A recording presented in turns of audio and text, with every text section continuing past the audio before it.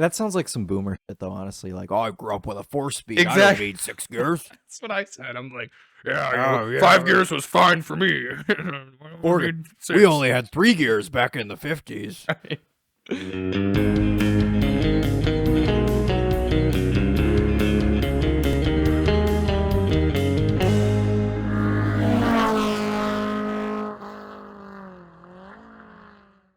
I had one. Well, I still have it. It's called Topher's Picks. Topher's Picks? Picks, Like P-I-X. feet pics?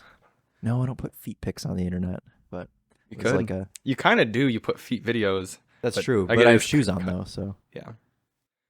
Yeah, actually, you could probably do a pretty successful like YouTube channel. driving with POV feet, Naked. Yeah, like naked Well, not naked. Your feet are naked. feet. So Yeah, but barefoot. barefoot is what they call Barefoot driving, and have like a foot cam on Yeah. the pedals. it. Mm-hmm.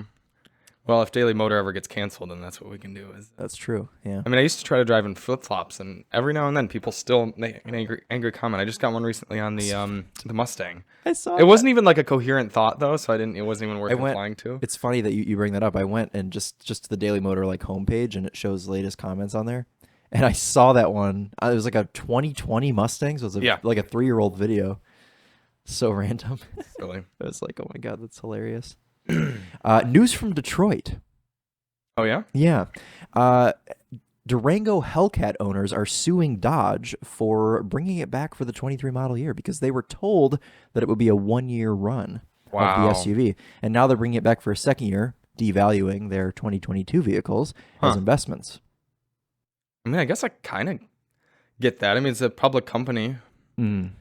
So in theory, if you were a shareholder and you were deceived. Yeah, they were deceived. Wow. I mean, they have quotes from Dodge saying this is a 1-year only vehicle. Now, I'm not upset solely about there being more Hellcat. No, that's 'Cause that's excellent because cool. then maybe we'll be able to own one day because there will be more of them. I hope they continue making them through 24 as well. 15 years later, and it's a tow rig for us. I know. Out back, just some clapped 180,000 mile Yeah, theft recovery. disgusting. From Charbel. It has like no hood or glass. But yeah, so guess we'll see how that goes. Well, they're all just going to be stolen anyway. So That's true. Yeah. now they'll have What the they opportunity should to buy do- more. What the owners should do is just arrange to have every single 2023 model stolen, There which you go. wouldn't be hard. No. And then they'll be fine because there won't be any 23s that exist. Yeah. Or in turn, they could possibly miss a couple and make the 2023s very rare and desirable, and There then you go. continue And to then- devalue them. Yeah. Sure. yeah. Speaking of superfluous lawsuits, I saw a headline that someone sued Buffalo Wild Wings because their boneless wings weren't wings. They're essentially just chicken nuggets. Well, they're chicken nuggets. Yeah, They're adult chicken nuggets. that's right. Yeah. Okay. Casey Caldwell at Car and Driver refers to Buffalo Wild Wings as adult McDonald's. It's kind of accurate. Because it's 4 times the price and only like 2 times as good. Well, and it's like the same general kind of food. You go and get chicken tenders and fries, essentially. And it's is like what you get. $46. Yeah. It always cracks me up on the menu there because they'll give you 10 chicken boneless wings and fries for $10, but you pay like $13 if you don't get the fries because it's like a package. It's a meal. Yeah.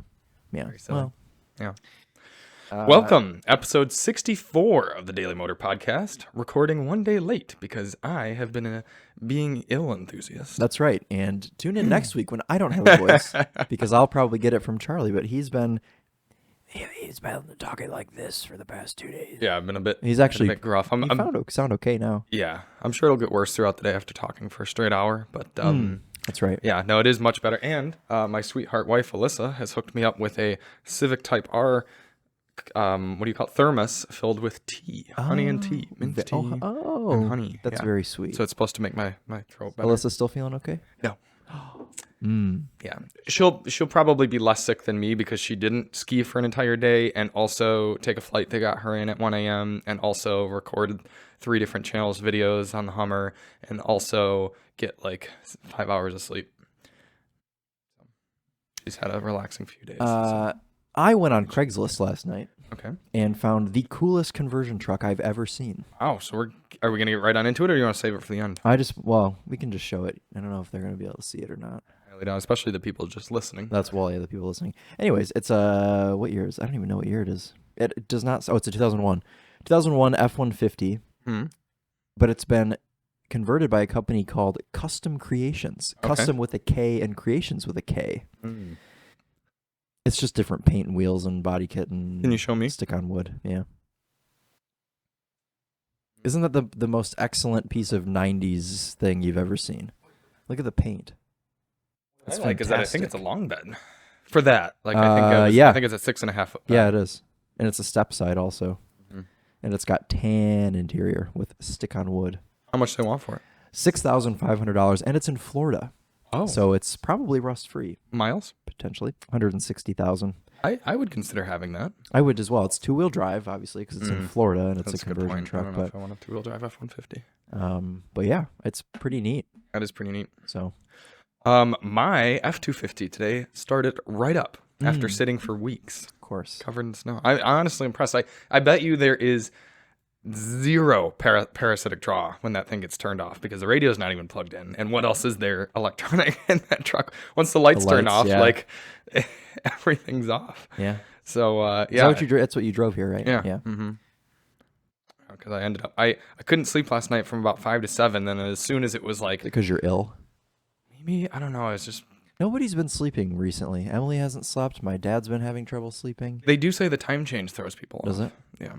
But anyway, once 7 o'clock hit and it was like reasonable time to be waking up, I felt dead asleep. So I ended up sleeping till 9:30. Keeping the throat lubricated there. Yeah, lots of fluids today. I drove the F-250 because Keone and I of Cap's Garage will be retrieving a Miata today. A free Miata. Yeah. A Freeata. Freeata. I would like to start a charity called Miata Recovery Services and just save the Miatas that have been neglected and are left out. Because, hairdressers bought those and then they just like abandon them when like, the clutch goes out or something like that. And they're just sitting behind some garage somewhere. Well, this Miata is being put to death, the one that you're going to get. It's still better to be used and die valiantly than just wither away. I can smell that mint tea from here. It smells really good. Yeah. If it were larger, I would offer you some, like your own. I could give it to you in that Hummer it's okay because SUV you're Yeti. sick. Although I'm probably already got. Well, I haven't consumed any of this yet. Oh, okay. Yeah. Well, it's okay. Enjoy it. You just always give me things that you bring and Emily provides and stuff. So okay. Well, that's okay. It's just I'm letting you know the thought is there. Okay, thank you. If you get thirsty, you can drink the water bottle that you appear to have opened, took one sip of, and then put back there probably a month ago. Oh yeah. That's just part of the set. Is it? Yeah. No, they can't see it. Part of the set. Yeah, that's fair. Should we talk about what we drove last week? I think we can kill a little bit more time first. You want to? Yeah. Today's Pi Day. Oh, Happy Pi Day. You know what? I looked at the date this morning and I was like, this means something. I was like, why is this date significant? We used to have a Pi Day party in my 8th grade math class. Pi Day party. Pi Day party, yeah. What was it? Algebra? Maybe it was the sequel. Algebra 2. Algebra 2. It might have been. Anyways, our teacher would say, you can bring in anything you want as long as it's a circle. It doesn't have to be a pie. But you know how pie is like a circle? Or it's like a thing. Yeah. So people would bring in like a bucket of KFC chicken because it was a circle. Like the bucket's a circle. Or the top of it's a circle. So we would just have a bunch of different foods that were in circular containers. Or some people would bring in actual pies as well and cakes and things. I like that. I like when teachers, have some fun. And I also like when the students have enough respect to like not bring in a joint or something like that because that's circular. Well, we were in 8th grade, so I don't really think. I mean, maybe nowadays, but back in 2000, what year would I have been in 8th grade? 2011? Yeah, 2011. I don't think people were doing that yet. I remember there were a select few like bad kids in middle school that like I was like blown away by like the things that they were doing and getting away with. And I was like, why? Like, it's just, aren't you having fun like playing on the playground? I don't know. I just, yeah. For Pi Day, you would bring in a steering wheel. Oh yeah, I would. I would now. Yeah. What is? Tell the viewers what that steering wheel is over there. They can't see it. But I hung a steering wheel on my wall. I don't remember exactly what it's from. It's from a Toyota truck of some sort. Like an 80s Toyota truck. It probably would have just been called Toyota pickup. Yeah, I think it's just from Toyota pickup. It was like a tan Toyota pickup, little tiny thing. Good. That vehicle is probably in the Middle East now, being utilized by a terrorist organization. No, it's actually in the crusher being turned into a microwave. Is it? Yes, because it was in the junkyard. Touche. Yeah. Touche. However, if it weren't in the junkyard, then your assessment would be quite accurate. Remember that story from years ago where some dude in Texas sold his like landscaping business truck or whatever to auction? Yeah. And they shipped it over to the Middle East, and he Yeah. saw it on the news with the name of his business on the side. He traded it in to like CarMax or something, and they sent it to auction without peeling his stickers off. Which, I mean, I suppose if whoever he traded it into said, we will peel the stickers off, I get why he'd be frustrated. But like, you kind of should have just done it before you and I'm going to give him the benefit of the doubt. What I'm picturing is that he drove there without the intention of buying a vehicle right away and said, hey, do you guys want me to peel these stickers off? And they went, oh, no, you're good. We'll take care of it for you. That's a good point, because dealers do that. Yeah, and then they just literally parked it in the trade-ins and never thought about it again, and then it went to the Middle East and had a machine gun mounted in the bed. Yeah, great advertising for him, though. Mm-hmm. Any advertising's good advertising, right? Any press is good press. Any press is good press. Yeah. So he probably has a booming business now because he made us think about it, clearly stating that his views oppose that of Al-Qaeda. Yeah, or ISIS or whatever. Name one. Yeah, exactly. Yeah. And good for him. I could see Stu doing something like that. Not intentionally, but Stu's just so busy that he'd be like, oh, yeah, definitely. We'll scrape that off. And then it's not even his fault because it goes to some porter and it's like, hey, can you make sure you get this off? Oh, of course, man, I'll do it. And then off he goes. I'm actually curious about exporting cars to the Middle East because one of the guys I follow on Facebook, Charbel, can just say it's public. You guys can go and look at it too. He'd probably appreciate the press. He would appreciate the press. So the king of BMWs in Michigan, he just exported 4 BMWs to Iraq. Well, he sold them to a guy that's going to export them. Yeah, 4 E32 7 Series and 1 E34 5 Series. So like old 80s BMWs going. And why are they? It's weird that they're going. Maybe ISIS needs them as demos. But you'd think they'd have better access to those vehicles from Germany. Maybe Germany won't give them things. Possible. They might have stricter export laws. Yeah. I thought you were going to say you want to export your S-Class. No, I want to export the ML55. I think it should go to Iraq. Don't you think? Where would that car be better suited than Iraq? Yeah, that's true. They probably wouldn't keep running Hancooks on it. Probably need some sort of big off-roaders. Yeah, that's okay. Yeah. You just... Speaking of the ML55, I just ordered another part for it that was $80. I thought you only needed one. I already told you about it, but I haven't told them yet. But you told me it was a part, but I was busy doing other things yesterday. Why did you order another part? I ordered the one that I told you about yesterday. The throttle. The throttle sensor. Throttle sensor. Okay. Yeah. I thought you ordered that a long time ago. No, I ordered it yesterday. Yeah. Is that the thing he needs to dig halfway into the car to replace? No. That's the throttle body. I ordered a sensor that goes on top. I thought you guys already did that. Well, he got one from the junkyard and it was the wrong one. So it didn't work. Okay. Yeah. So you guys are hoping that this $80 part that's easy to replace it's not you guys. Fixes it? It's Keone. Okay. Being the technician. Well, also you, because you'd have to pay Keone probably about $400 to dig in to replace the throttle body. I'm thinking if this doesn't fix it, I'm going to drop something on it, like a piano. Take the old Top Gear approach. Let us know in the comments what you'd like to see dropped on an ML55. Yeah, or I can just give it to you. I'll just give you the title. Actually, no. What I've been wanting to do is just give it to Keone in exchange for like $3,000 worth of work. Yeah, on other cars. How much do you think that motor itself is worth?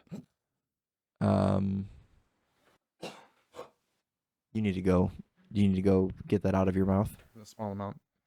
Just right back down the hatch. The motor, I don't know, $1,000. Only that? It's like an AMG motor. It's hand built. No, I don't think they were that special back then. Really? No, I don't think so. It was like their top, wasn't that their flagship motor back then? Because they didn't have 63s, did they? But they had V12s though. What you mean flagship AMG motor? Yeah. Let me see. Yeah, I'm curious because this is a 5.5 liter hand built V8. 5.4. That's dumb. Why did Mercedes always do that? The 6.3 was like that too. It was actually a 6.2. They just inflate it. Well, the engine cover, the AMG engine cover is worth about $100. Well, there you go. Part of the way there. Well, you can have the V6 for $360 shipped. Which V6? The V6 that was in the Mercedes of that era. The 350. That's cheap. Put that in something stupid.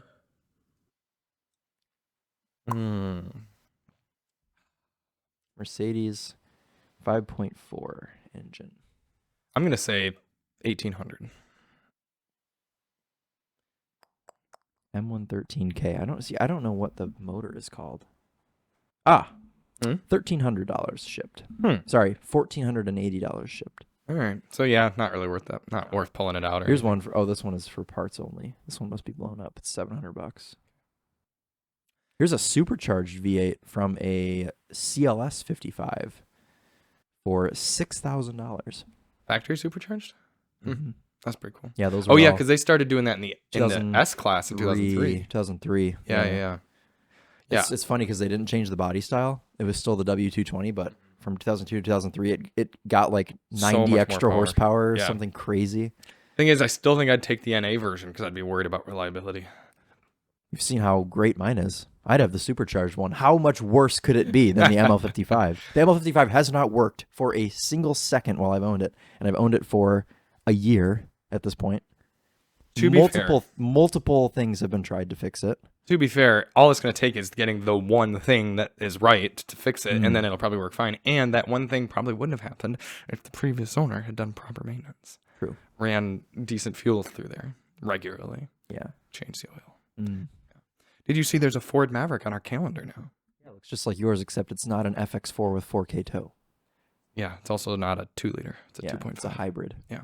I'm editing our Maverick Tremor video right now. Oh, yeah? And my audio did not record in the second part. It's a bit of a bummer. So we're just going to have to pick me up off of your mics, which will be interesting. I haven't really dug into it yet. But entertaining videos so far. I haven't even gotten to the off-road stuff, which should be pretty cool. That was a good truck, that Maverick Tremor.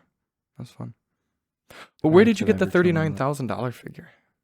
I built one online because I didn't have a Monroney. I figured Ford didn't give us one. And you were traveling, so I didn't want to ask you for it. Okay. You can always ask me. It's okay. Okay. I feel like there was something else I wanted to mention, but I can't remember. So yeah, let's dig into it. This week at Daily Motor HQ, we drove the 2023 Honda Pilot TrailSport. It's kind of nice doing the podcast a day later because I don't feel like I'm literally repeating the things that we just said. Yeah, you're not rushing either to run out and shoot 2 more videos. I'm just rushing to go get a Miata. That's true. The Honda Pilot was a good car, but I only drove it for like a day. Charlie drove it for 6 days. Well, a few less because I was traveling. But yes, it was in my possession. I had the keys on me. Oh, yeah, you only drove it for like 4 days. Yeah. I don't think the TrailSport moniker is appropriate for the Pilot. I get why they had to do it because every brand and their sister right now is making a soft roader version of these cars. Yeah. But the Passport, cool. I get it. I don't get it with this one. I think there are, let's go as far as to say 35% of Passport buyers who could benefit from having the TrailSport. Yeah. I think there are probably less than 10% of Pilot buyers that could benefit from it. Yeah. Which, okay, fair enough. Offer it and just make it only available to some. I just know that there will be people who walk into the dealership and are like, "Oh, that one looks cool. I'll pay $50,000 for that," and they'll be missing out on the heated seats. They'll be missing out on the Bose sound system. Yeah. And then after 3 years, they'll be like, "This car doesn't feel very special." And it's like, "Well, yeah. You should have gotten the one that didn't have the. Should have gotten the Elite trim. Yeah, or I think it's Touring is the one that's like the same price as the TrailSport. Yeah, I wouldn't have the TrailSport. I'd have it as comfy and as Bose-ish as possible. The other thing, Honda's been coming out with a lot of these entirely new models. They're refreshing their entire lineup. The whole lineup's gonna be new very soon. The Civic was the first one. Yes, and the Civic was already a decent car, and it leapfrogged all the way up to top class. Yeah. Like, so good. Both the SI, the base car, the hatchback, the sedan, doesn't matter. Everything is great about the Civic. It feels very, I'll use the forbidden word, premium for that class, and drives well, economical, all the features you're going to want. Like, you're not missing out on anything with the Civic. But as Honda's started to release more of their crossovers and with the new updates, you're kind of going, this doesn't leapfrog it up to the top of the class anymore. Yeah. The CR-V was close because the CR-V is really quiet. The hybrid powertrain is pretty good, although the non-hybrid is a bit anemic. And it looks good, but it is missing out on some of those features like a 360 camera and cooled seats and I think rear power points and everything outside of the hybrid. And then we get up to the Pilot here, and you're driving this $50,000 car around and going, I mean, it's good, but it's not all of a sudden the best car in this class. So that was a bit disappointing to me. I think it looks good. I think it drives easy. It's forgettable. It's very forgettable to drive. Yeah. The steering's nice. The light steering. Nice light steering. I don't remember minding the 10-speed as much. I feel like the 10-speed's, maybe it's just the throttle tuning, but I feel like the 10-speed's too much. We'd be driving on the highway with it. It had a 10-speed. Right. We'd be driving along the highway, and I could just hear it going from 10th to 9th to 10th to 9th. And it's subtle enough that most people probably wouldn't really notice, but I notice. Yeah. An 8-speed is right where it's at, because an 8-speed can typically get up to 70 miles per hour and just chill in 8. I was going to say, an 8-speed is like the perfect amount of gears for an automatic. And 6 is the perfect amount of gears for a manual. Yeah, well... Or it could be argued 5. 7's pretty cool.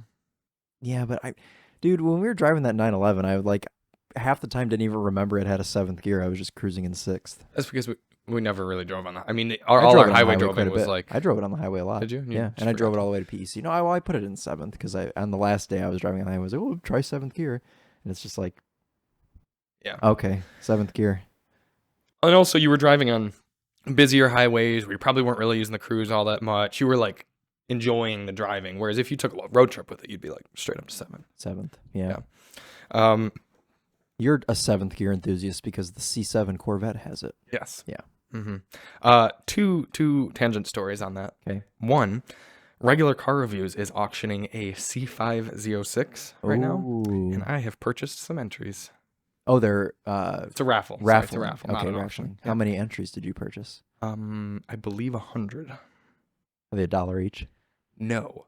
It was a really weird setup. It's one entry for $50. But then after you purchase it, it prompts you, would you like to get 5 times more entries for another $50? And I was like, yeah, okay, what the heck? Mostly because I know he's not really your speed, but I really have appreciated Regular Car Reviews for a long time.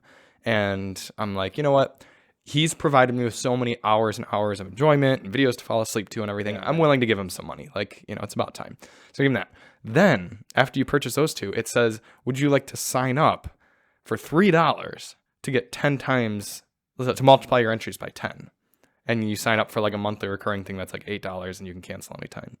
So by spending, I guess, $104, I got, what was that, 50 entries? 50 entries. Or $50 would have been 1 entry. So it's like, yeah, it's a smart setup from them because it doubles what smart people would be willing to pay. Yeah. But it's yellow. Ooh, nice. It's got a tune. It's been tuned. And yeah, it's pretty cool.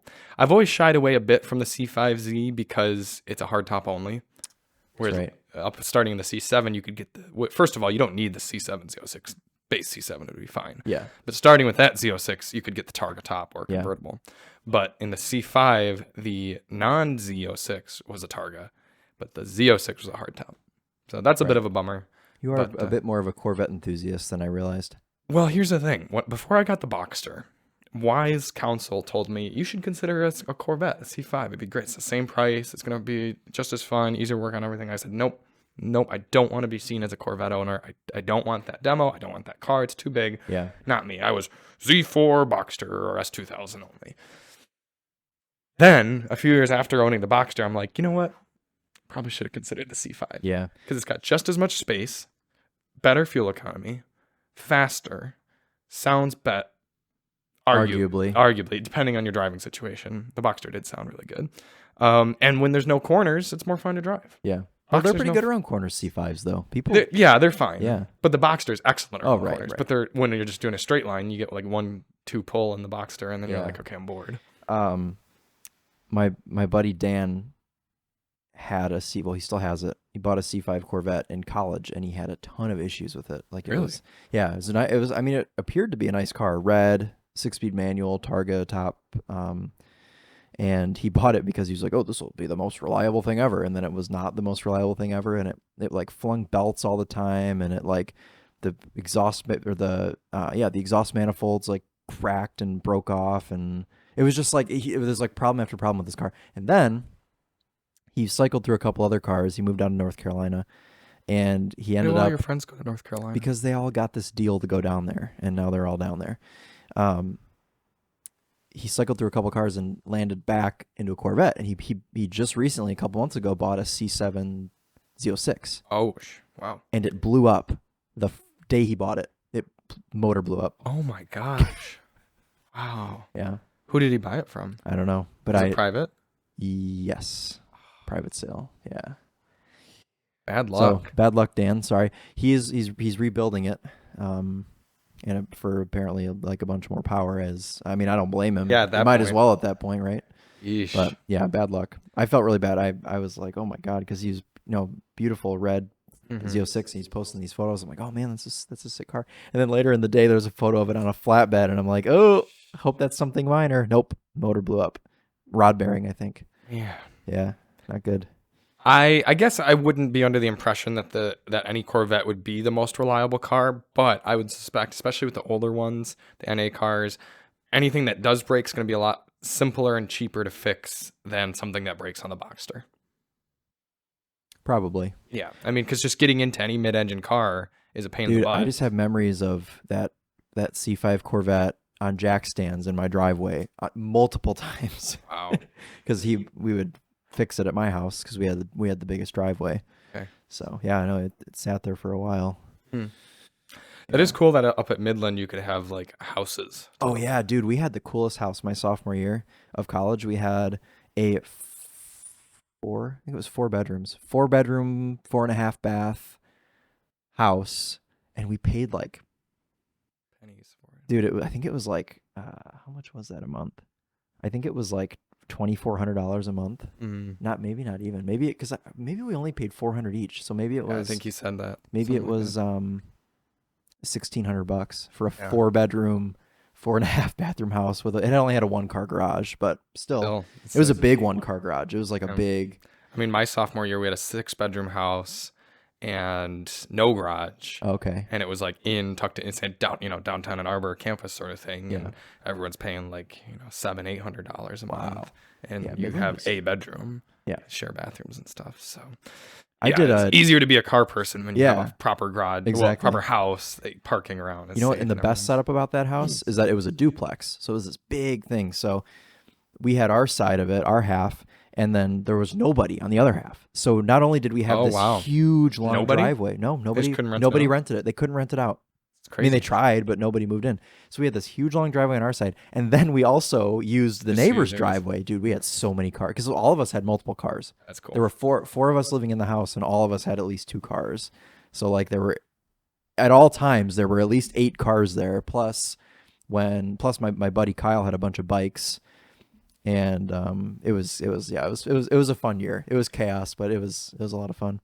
I know we've talked about this topic before, but Ben Prophet also had like a good car group at college. Like he ran his senior year like the car club right down in Knoxville. Of course, that's perfect because you got Tail of the Dragon 20 minutes away and all those great roads and stuff.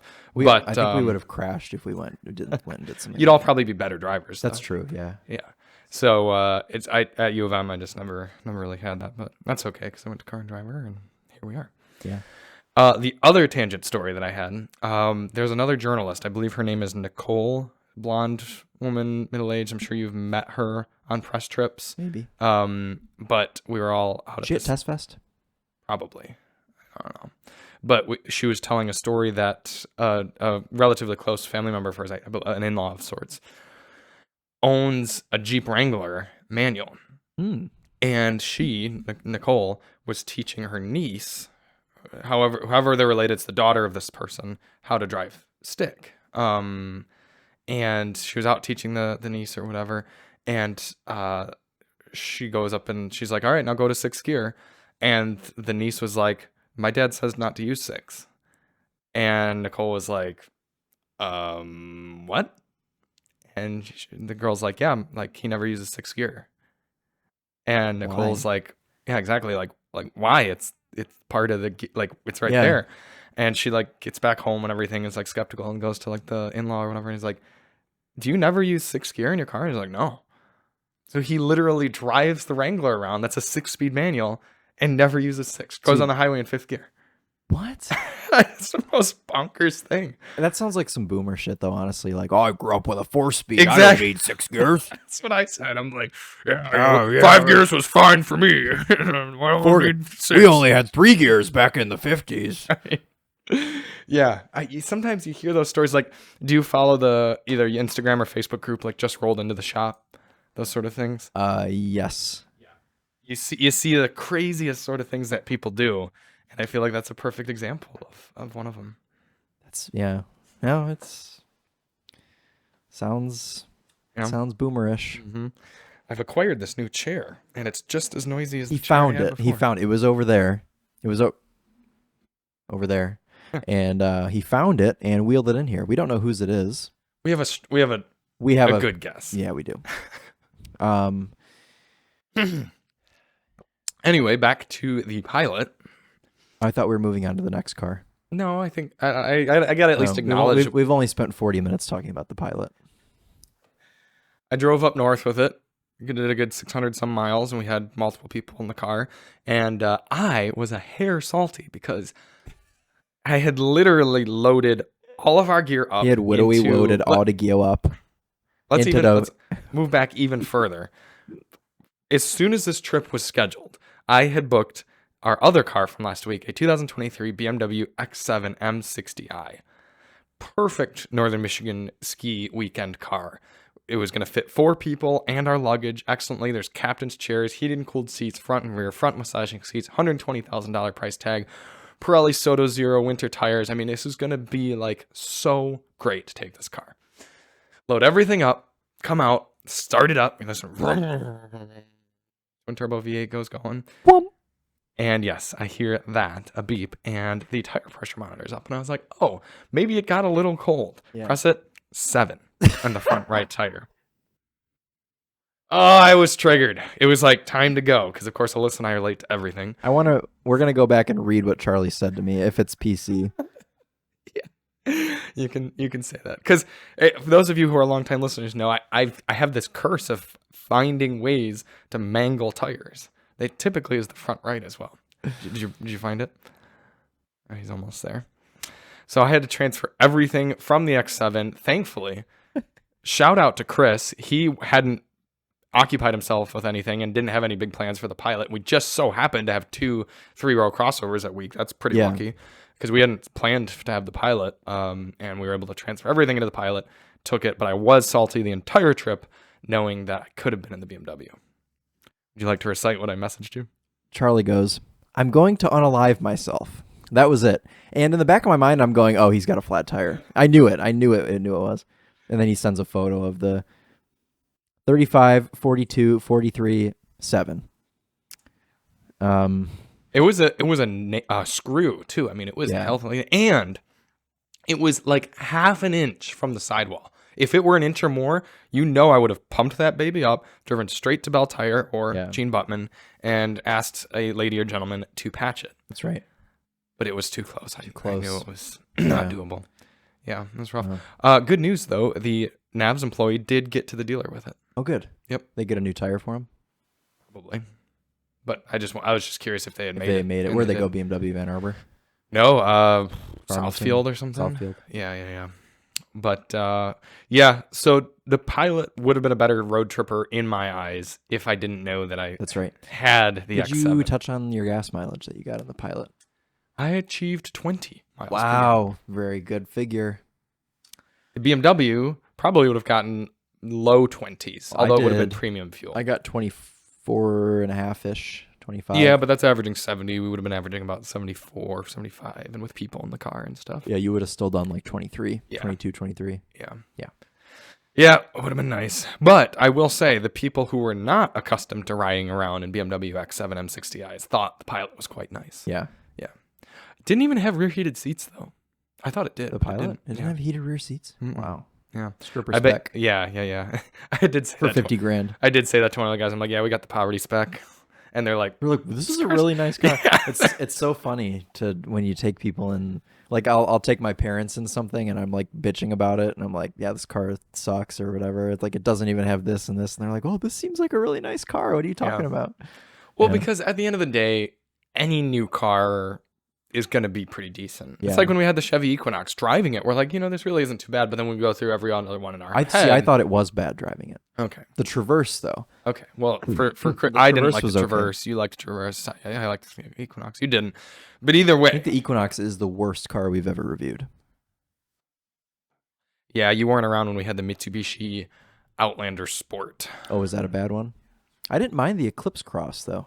Eclipse Cross. Well, I mean, it was dreadful, but it wasn't like offensively dreadful. You'd take the Eclipse Cross over the Equinox? Oh yeah. Wow. All day. Okay. Because it's got column-mounted paddle shifters, but it has a CVT, doesn't it? I think it's a CVT. Yeah. Silly cars. Yeah. So the Pilot was fine, and I think it will still be what people flock to the Pilot for, is they want a car that's reliable, inoffensive to drive, and durable. It's still a good chunky Pilot. interior. It's a good Honda. It's a good Pilot. It had really beefy, what Chris compared to like factory WeatherTech style floor mats that really got all our dirt and grime with and TrailSport logos. Yes, very important. I'm sure you pay more for that. Yeah. Yeah, it's fine. Was that the car that didn't have a seat? No, it's the Corolla Core. Okay, that doesn't have a seat back pocket. Yeah. The Pilot actually had a cool thing where it's got a little phone holder in the seat back pockets. Yes, I saw that. Yeah, that was a clever deal there. So, yeah, Pilot, would we give it good car? Like barely just. I would give it good car because it still does what it's intended to do. Yeah. Yeah. I would give it a good car knowing that the non-Trail Sport is probably a good bit better. Yeah, agreed. Yep. The other car, as I mentioned, was the BMW X7 M60i, a car that Chris got to spend a lot of time with. That's right. And deemed it one of his best one-car solutions on the Oh, market. yeah. Yeah. Well, we've had a bit of experience in X7s. Charlie and I drove a individual Verde Hermes, which is a green Lamborghini color, if you're wondering, at BMW Test Fest last year. Hustled it on the canyon roads. It was fantastic. But my most extensive experience with an X7 is we had an Alpina XB7 2 years ago, and after driving that car, I thought this is just the most perfect one-car solution. I'd have an Alpina XB7 like all day. And this X7 M60 was the same story. I still think I would prefer the Alpina just because it like suits me a little bit more, but it's just the X7 is so BMW-ish that it hides its weight so well. Like this is a big, heavy 3-row SUV, and you can hustle this thing properly around corners, and it'll go fast in a straight line. It'll go fast around corners. When you put it in sport mode, everything wakes up. Your throttle response is really quick and snappy, and it's a cool thing. And it was this was also an individual car. It was individual Marina Bay Blue, which you can get regular Marina Bay Blue as I think looks better than the frozen. Yeah, you can get regular Marina Bay Blue as just a standard color, but this one was frozen, which in BMW language means matte or semi-gloss. Yeah. Yeah. Do you remember the sticker price of the Alpina? Oh, it was quite a bit more, I'm sure. Yeah. It was like $160,000 or something.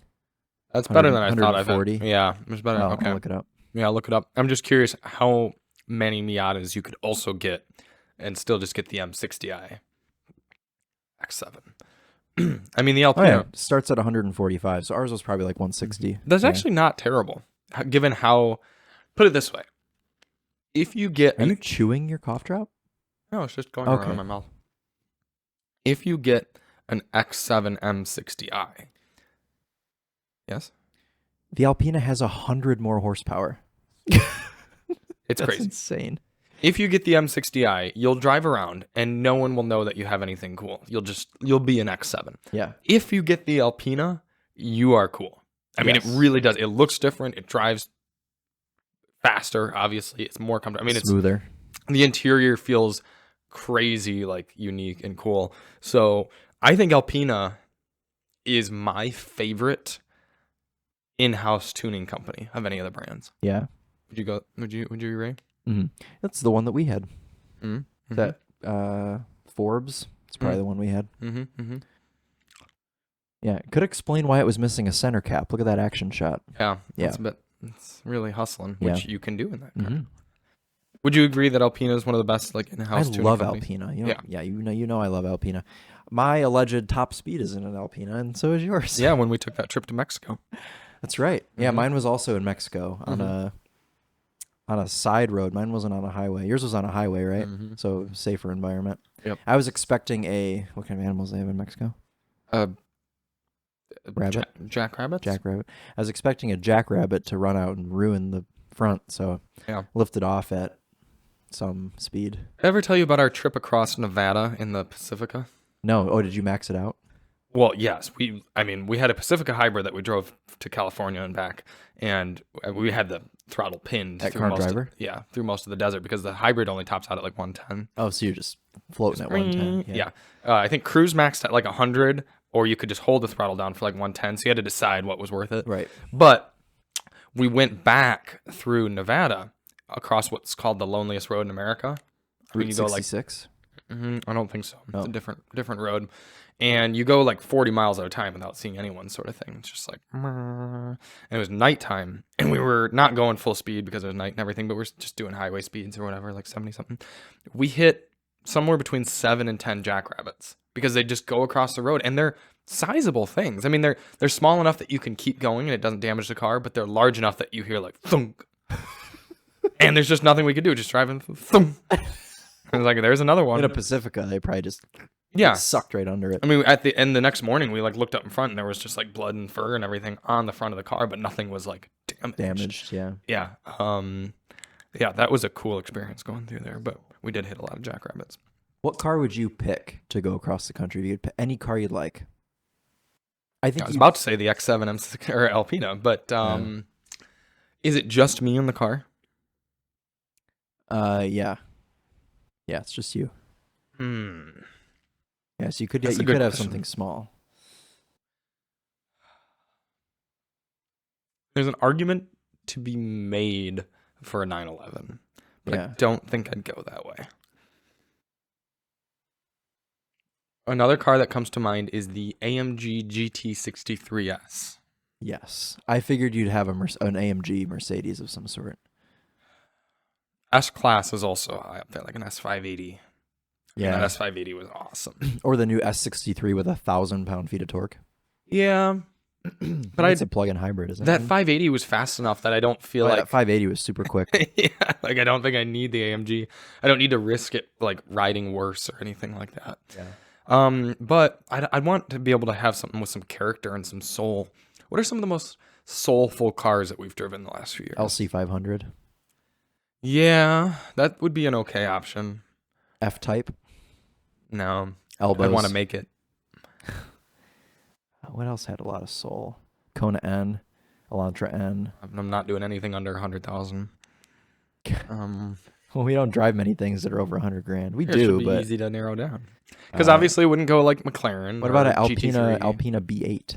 That's probably what I'd have. Yeah. Especially whenever they do the new. Oh, I wouldn't do the B8. I'd do a B7. But whatever the new one is going to be, that is what I'd do. Yeah. The new 7 Series would be a great road tripper car. Yeah. How about you? An Alpina B8 or a B7. Yeah. Some sort of Alpina. Can we once we're like super buddies with BMW, can we ask for an Alpina B7 and an Alpina B8 and do a road trip with them and just see which one's better? Yeah, for very important research. Yeah. Hey, can we drive these across the country? These $150,000. Can we drive $300,000 worth of your cars across the country for no reason? 5,000 miles on them and get 2,000 views on the video. That'd be fun. That would be a lot of fun. Be expensive in gas, but whatever. Be worth it. Yeah. How fast do Alpinas go if you max them out? They probably go like 200. They probably get quite up there. I imagine the B8 probably has the highest. Yeah, because they don't do a B5 anymore, do they? They've never done a B5 in America. They do them in other countries, though. They did a B3 in the other countries, too, right? Yeah, the only ones we've ever had in America are the B7, which we've had since the E65 generation, which is the hideous body style that you Beautiful one, the bangle butt. And then after that, we had the B6, which was the 6 Series Alpina, but then that got replaced by the B8 when BMW killed the 6 Series. Yeah. And then now, of course, the XB7. Mm-hmm. You're looking up Alpina top speed? Yeah. 201, that Alpina B8 top speed. That's pretty speedy. 201 for a sedan. And it probably gets there like... a Grand Coupe. It's a 4-door. See what the B7 is. Probably like 198. Probably. Or the same could also be 201. Mm-hmm. Yeah. How close did you get to that? Oh, this says 205 for the B7. Nice. 205. I did not get super close to that. You didn't get close to 205? Allegedly. I was 52 miles per hour away from the top speed of the B8. I was closer than that. But You were closer than that. Yeah. You were probably like 45 miles per hour away. Allegedly. Yeah. Yeah. It was still pulling. How fast? Because obviously you get 3/4 of the way there, but then how long does the last 25% get to the last 25%? The thing is, though, when I let off, it was still pulling like a freight train. Oh yeah. Here's the thing, BMW. Way back in the day when the Veyron came out, and I'm sure they did it with the Chiron as well, they did a press event where they invited people out to Nardo and let them top that baby out. Get the Veyron 240. Could you imagine? Can you imagine like the journalists? And this is not throwing shade, but can you imagine some of the people that we go with going 240 in a Bugatti? I think it was pretty well vetted. I think it was a small group, but Chubba got to do it. And he said it was incredible. Yeah. Chubba and Don Sherman have both been over 200 multiple times. And like Don's got a license plate thing on one of his cars that says like 200 plus club. That's cool. Or something, yeah. From the Bonneville Salt Flats. He did a tuned RX-7. Oh, very cool. Up over 200 miles per hour at the Salt Flats. Very cool. But anyway, I think BMW should host an event where we get Alpinas up to their top speed. Yes. In the desert. Somewhere. I don't care where. Yeah. Take us to Germany. I'm sure they got some test facility that can do it. That's true. Yeah. So, Jay, if you're listening. And Jeff. Yeah. Jeff, I like you. Don't get me wrong. Something tells me Jeff doesn't quite have the pull at BMW to make that happen. Oh, okay. I think that'd be more of a Jeff. Jay or an Alex thing. Okay. Yeah. Jay, please. Yeah, that'd be really cool. It'd be great publicity, but I do worry that they would not want Alpina to be seen in that way, and they'd rather do that with an M car. True. It's just sad. Because Alpina's cooler. Even though Alpinas are literally built to go on the Autobahn and go 200. Well, maybe that's the thing. Maybe we just need to get an Alpina press car and go to Germany. Well, let's go to Germany first and then get the I was going to say it'd probably be easier to go there first and then get it, as opposed to getting one here and then somehow taking it to Germany. Yeah. Anyway, X7 M60i, very good car. Great car. The ambient lighting game has been stepped up. Not quite to where the S-Class is. As Mercedes, though. But yeah. Bowers & Wilkins, not quite as good as the Volvo, but still just close. Just getting into S tier. Very, very good. Ride's great. Yep. Tires need to be stronger against nails/screws. And I'm jealous I didn't get to spend more time in it. Yeah. And that's Daily Motor. This week at Daily Motor headquarters, we have two pretty cool cars. And they're both red. And they're both performance-y vehicles. They're both all-wheel drive. Both of them have multiples of 3 cylinders. Mm-hmm. Neither of them are crossovers. Both of them have 4 doors. Mm-hmm. Both of them have 4 wheels. Mm-hmm. Both of them are foreign. One of them has winter tires. Yes. First and that one is the BMW M340i. That's right. xDrive. They're probably all xDrive at this point. Maybe not, actually. No, I don't think so. Yeah. Pretty cool car. Cost $68,000, which isn't crazy, especially because you could build a nice one. Does it start at 56 or something? Yeah. Well, pre-destination, so like True, 58. Yeah.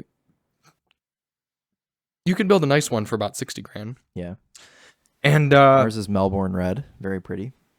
We love the BMW turbocharged inline-6 motor. The B58. The B58. It's great.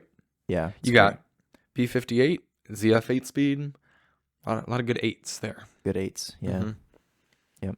The B58's nice because it's not a psychopath like the S58 and the M cars, and it's just a nice, comfortable level of power that it's very usable. You can use all of it without shiting yourself like you would in an M car, a new M car. Here's a good way to put it. You could take your mother out and you could drive entirely docilely. Yes. And it would be smooth, quiet, get good fuel economy. You'd never disrupt her. But if she were interested in a bit of fun, you can still launch control it and scare her. Yes. Yeah. It's a cool blend like that. Do you remember back, and here's another reason to get a B58 car instead of an S58 car. Do you remember back when my dad had that neck surgery? Yes. And I had committed to my parents. I said, I'll drive you guys to the hospital because it was at like 4 a.m. or something. Well, the car we had on test that week was a BMW X7 M competition. So I was having to just baby this thing because after my dad got some sort of neck surgery, a thyroid, you're not supposed to have any sudden movements. They told him that. And I'm like, we've got to go home in an X3M competition. It's not possible. So there were a couple moments where there were like little winces from the passenger seat where I was like, I'm sorry, I'm giving it 1% throttle and it's still going. So you could genuinely drive him home safely and comfortably with a B58. Oh, yeah. Yeah. Yeah. Yeah. The car looks really cool too with its LCI. I think you put it in that it actually looks modernized. I said that about the X7. Oh, we were talking about the X7. 3 Series looks good, but I think there's too much black on the front bumper. Now, do you only get that with the M340i, or do you also no? Get that with you get it with the 330i as well. It's too much. Too much of the bumper is taken up by like a grill. So, I mean, it looks okay. It's fine. You know. Got iDrive 8 now, which once you play with it for half an hour in your driveway, works okay. Yep. Works pretty good. I really appreciate that they still have the rotary knob and a volume knob. The only irritating thing is the climate. That's it. Everything else is like usable. If you just use climate control on auto, you'll be okay. Yeah. But you can also ask it. You can say, "Hey BMW," and you can ask it to do things too. Yeah. So. And if you've got the new 7 Series, you can say, "Hey BMW, open all 4 doors," and it will. Yeah. Can you tell it to open an individual door? Yes. That's really cool. You can tell it to open any of the doors. You can tell it to open any of the windows and how far you want the windows to open. You can say, "Hey BMW, open the driver's side window a little bit," and it'll go. Psh. I like to think that there is some one person who's going to stumble across this podcast while driving a 7 Series, a new one. It's going to be opening the doors and shit. Yeah, opening the windows. It's like when you when there's a podcast or a radio show or whatever that says like, "Hey Alexa, play blah blah blah," and it triggers your Alexa in your house. Yeah. I will not get to spend a ton of time with this car, but I'll get it on Sunday, and I'm looking forward to it. And you're going to drive it up to Midland, unless I get a nail in the tire. Well, I won't be driving it first, so you'll be okay. Fair. I've already got my day drives. Yeah, Charlie, you want to tell them all? Well, I guess. Well, let's talk about. You want to talk about our second car first, or do you want to tell them all why you won't be spending time in the M340i? Let's talk about our second car first. Okay. Our second car this week at DMHQ is, drumroll, the 2023 Toyota GR Corolla Core in red, which is the same as the one that we drove in California. However, this one has heated seats and a heated steering wheel. Yeah. So it's Michigan spec. This car, besides the tires, is a good example of one that you drive it in a controlled environment like we did in California. You're like, this is cool. But getting it back in our normal stomping grounds affirms and more bolsters how cool it is. Yeah. Because out there, everything's kind of cool because we're driving new roads. Your brain is focusing on different things. Yeah. But here, all the roads are like the back of our hand. So we're focusing really on the car, and we know, okay, I've taken this right turn 300 times over the last 2 years. When I do it in this car, how do I feel? And it feels really good. Yeah. It allegedly will do donuts, 4-wheel donuts, which is really cool. Yeah. And it's got the handbrake. It's fun. It sounds good. The ride is better here than I expected it to be. Yeah. It's a little rough, but you can't blame that. I think it's better than the Focus. The Focus RS? Yeah. Oh, yeah. Definitely. Yeah. I think it might even be better than the Civic Type R. I'm really curious for the Topher to get it next week and go back to back. For development on the Civic Type R, Chris unplugged his active dampers and it softened it back. It softened because even when you're in comfort mode, even when you're in comfort or whatever, it still tightens them a little bit. And he unplugged them, and I drove it, and the ride is very impressive with no active dampers active. So I'm sure he'll talk about that on Topher channel soon. He's going to do a video on that, but. We've departed from the days of needing to tune your powertrain, and now you need to tune your suspension. And you just need to unplug things until the car is less irritating. Well, that's what I had to do with my Model Y. Yeah. Unplug the wheel speed sensor so that I could drift. So you could drift it. Yeah. Well, and drive it properly on track because it was heating itself up with the brake biasing and everything. You know? Keone. Oh. Yeah. I could see the legitimate argument to entirely swap out the shocks on something like the Civic Type R for just fixed ones. Yeah. I remember a lot of the BMWs back like 5 years ago or so, the ones that came with adjustable dampers were worse across the board than the ones that came with fixed dampers, because engineers would design one good suspension tuning for the fixed damper car, but for the adaptive ones, it's kind of all over the place. Like, you can't possibly tune for every situation. Right. So, yeah, the Topher would be better suited with just a '90s car. Yes, he would. It makes sense that he loved his Volvo and his 4Runner, and it makes sense that he loves the BRZ because he's just unplugged everything. Why no? He's just gonna get new cars and try to make them old. Yeah. And I get why he wants new cars, because content and Apple CarPlay and things like that. But CarPlay. I mean, he really ought to just have a 1993 Acura NSX and be done with it. Yeah. But lift it, turn it into a lift it with some rally lights. That'd be sick. Overlanding NSX. Yeah. Yeah. The rooftop tent. Yeah. I feel like there's somebody that does that with an NSX. There's somebody that does it with a 996 C4S. Yeah. Do you think the Maverick has roof rail support? Like, do you think you can get probably roof rails for the Maverick? Probably. That'd be cool. That would be cool. Ones that like go back into the bed, you mean? Or no, regular, just regular. Oh yeah, I'm sure it does. If it doesn't, then Ford is stupid. There's a company that reached out to us called Pakasport, I think. You get a lot of Chinese companies reaching out. No, this one's American, I believe. Oh really? Oh, yeah. Sorry, Pakistan. They build top carrier things, really nice looking ones too, and we don't really have much reason, but I was considering like maybe we can get one for the Maverick or something. Yeah, that'd be cool. On there. So those are the two cars. Before we get to the cars that I will be driving this week that Chris is jealous of, I can't talk about how it drove, but I did drive the 2024 GMC Hummer SUV, Hummer EV SUV. Yeah. It is 9 inches shorter than the truck. Also, jeez. 0.2 miles per hour. I don't know if I can say this, but it is a little bit slower than the, like on paper, a little bit slower than the truck, because the battery pack's a little smaller. Okay. It doesn't make as much voltage. Well, so it only has 850 horsepower. How much torque? 1,200. It's a big boy. 1,200 pound-feet of torque, but it probably weighs like 8,000 pounds. A little bit more than that. No, it weighs more than 8,000 pounds. I thought that was the truck weighs over 9. Jeez. Yeah. It's like 8,500 pounds. A little bit more than that. 9,000 pounds. Oh, yeah. Roughly. They wouldn't give us actual. Why didn't you find a weighbridge? Why didn't you go to weigh it? That actually would have been pretty smart, but we just based it out because I was with Alex on autos, so he knew the best way to do everything, and we just went off the GVWR and kind of like we knew the payload. Subtracted that from the. Is he in your videos? Did you film with him? Yeah, there's a part in the miles per hour video where I show the camera review mirror and Alex is back there like looking around. He's funny. He's a funny guy. Yeah, he's a cool dude. Yeah, he was a good filming partner because he's also like, he was like, I don't even want to sit through the like stupid presentation they have. Like, let's just get all our filming done. I was like, great. Yeah, which is how the BMW event that I'm going to this week seems to be laid out. It seems to be a video journalist only event, and it's literally just like, here's the cars for 2 days. Get your content filmed. And the cars that we will be driving are... me and Doug DeMiro will be driving... Rub it in. ...are the BMW M2 and the BMW XM. I'm not jealous of the XM, but I'm jealous, very, very, very jealous of the M2. Mostly because I've never really spent any time in an M2.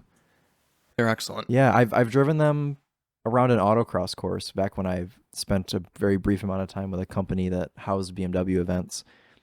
I ripped plenty of M2s around the autocross course, but like that's like the most time I've spent in an M2, which is really sad. Here's the best way I can describe the M2 to you, being someone who's very familiar now with Porsches, the Caymans and Boxsters and everything.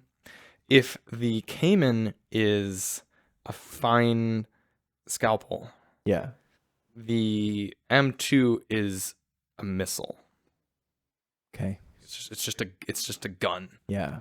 Like it is also very fun to drive, but not from like a satisfying like, oh, that was just precision. It's more like, ah. This new M2 is going to be fantastic as well. I'm calling it because the new 2 Series is fantastic. The M340i is one of my favorite cars. Yeah. So the M2 is going to be, hopefully, you're going to be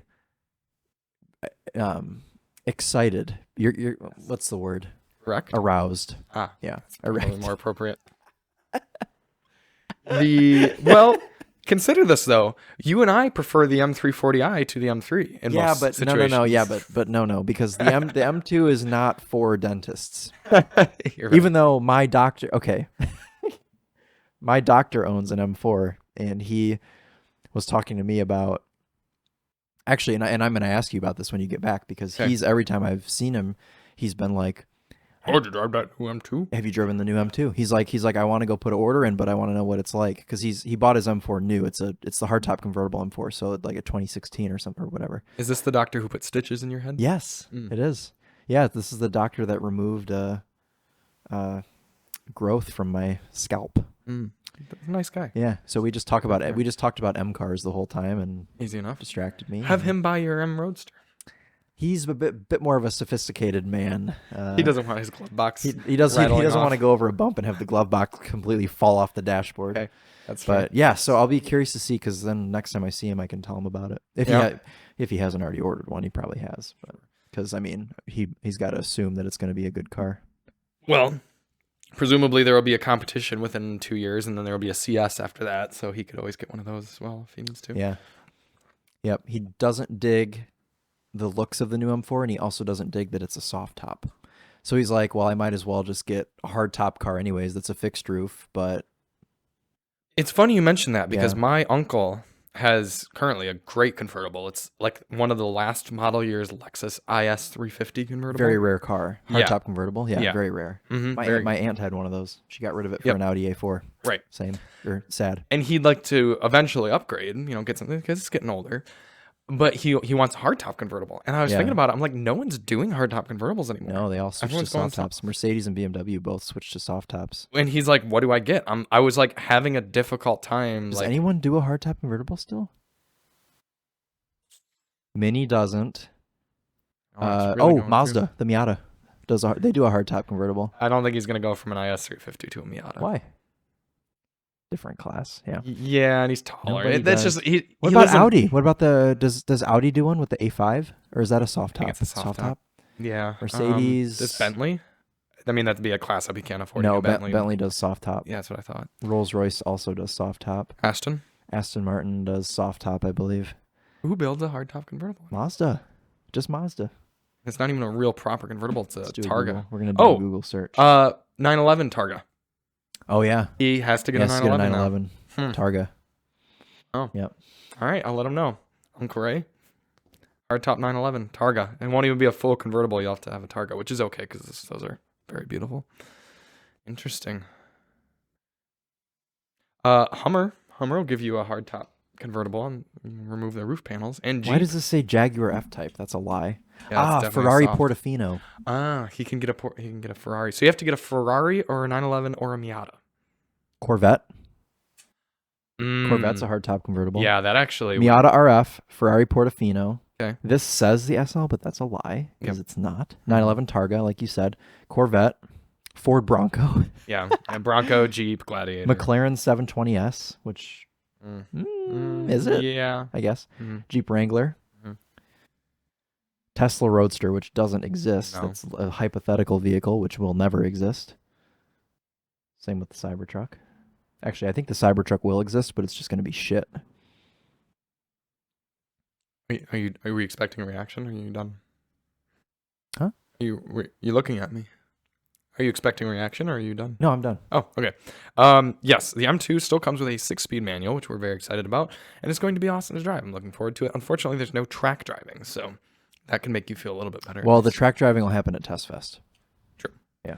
Which I'm going to aim for you, me, and the Topher to go on. Yeah, Chris mentioned interest in that this year. So I would go as far as to like have him take my spot if they didn't let all three of us go. Okay. Because he needs to go. Yeah, he does. First year it was because of Austin. Second year it was just, I think, a mixture of he had done a lot of trips and you and like they invited you and I. Yeah. But this year he should go. Yeah. The other car, the XM, is a plug-in hybrid, if I'm not mistaken. Very strange looking car. Strange is very polite of you to say. Interestingly, I told my dad about it. I'm like, you'll think it's really ugly, and he looked it up and he's like, oh, I think it's kind of cool. I was like, what? He like never likes unconventional looking things, and yet he didn't mind the XM. So I don't know. I'm not going to comment on the XM. Okay. Do you have any CoPart cars for us? I know you've been busy lately driving BMWs around. I don't know if I have any CoPart cars. Let's see. I don't, because I've been salty ever since I didn't get that CT200H, because one of you bid on it. Someone from Georgia. And it's probably Maybe it was someone in Austria or wherever we have the most listeners. Australia. Is it Austria or No, it actually said Georgia. Like, because CoPart tells you what state is bidding on the car. Okay, I've got one we can look at actually, which is intriguing.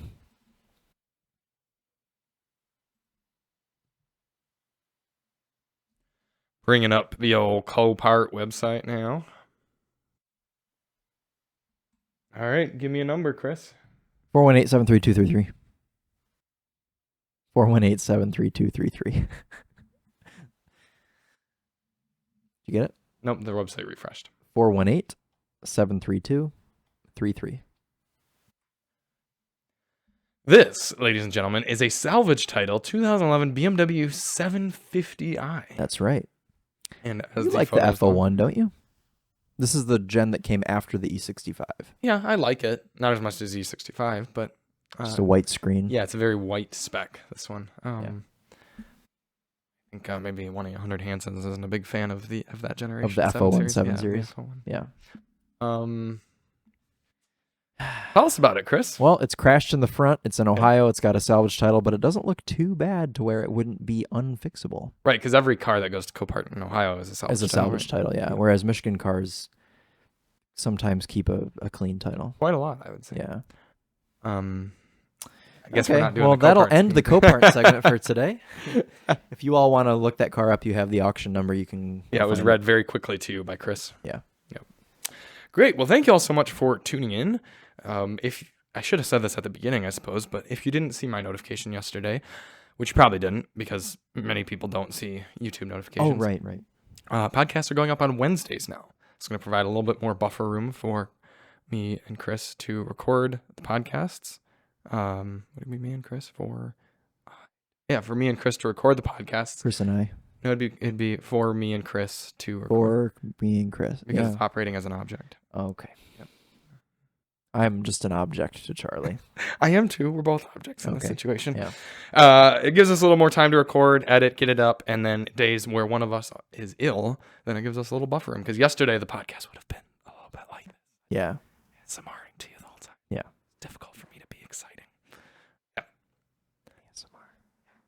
I'm going to go find out if Tommy the tow rig can tow this Miata well and do it 3-wheel drive. Because I still have the front left wheel. It is 3-wheel drive. Yeah, you'll be fine in rear-wheel drive. Mm-hmm. It's dry out. Yep. And you are going to go be a driving to Midland enthusiast. Yeah, I would go getting 30 miles per gallon. Oh yeah. Yep. And we will be back at you next week with recaps on some of these cars. We are Paris and Nicole with Daily Motor, and as always, B58 on. That's what I'm gonna go do.